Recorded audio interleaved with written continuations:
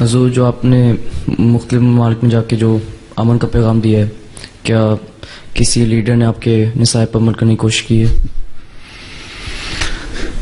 कहते तो हैं बड़ा अच्छा पैगाम है।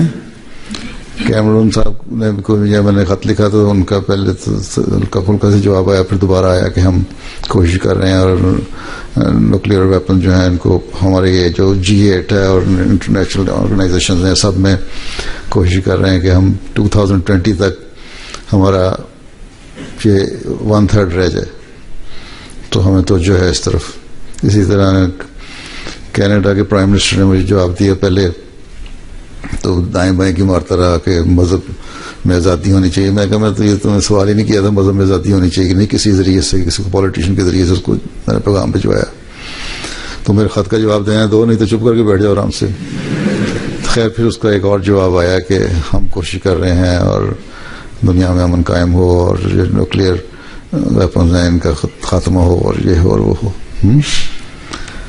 ओबामा साहब ने पहले कहा था जवाब दूंगा, लेकिन बाद में कहते हैं मुश्किल है जवाब देना। तो असर तो हो रहा है कि नहीं हो रहा, लेकिन बहरहाल या ये दुआ का असर हो रहा है जमात अहमदिया की और कोशिशों का, या वैसे उनको उन खतों का असर हो रहा है जो बातें हम तक पहुंच रही हैं। एक ग्रुप बहरहाल ऐसा उठ रहा है इन्हीं हुकूमतों में जो चाहता है कि जंग ना हो और बयान देते हैं, लेकिन फिर वही इशू दोबारा उठते हैं। अब मार्च में जब मैंने कहा था कि चाइना और जापान के इशू उठ रहे हैं, वो एक दफ़ा आराम से वो सबसाइड हो गए, कोई मसला नहीं रहा। लेकिन अब दोबारा उठने शुरू हो गए और अब यहाँ के लोगों ने भी बयान देना शुरू कर दिया, पॉलिटिशियंस ने, कि ये एक बड़ी जंग की सूरत अख्तियार कर सकता है।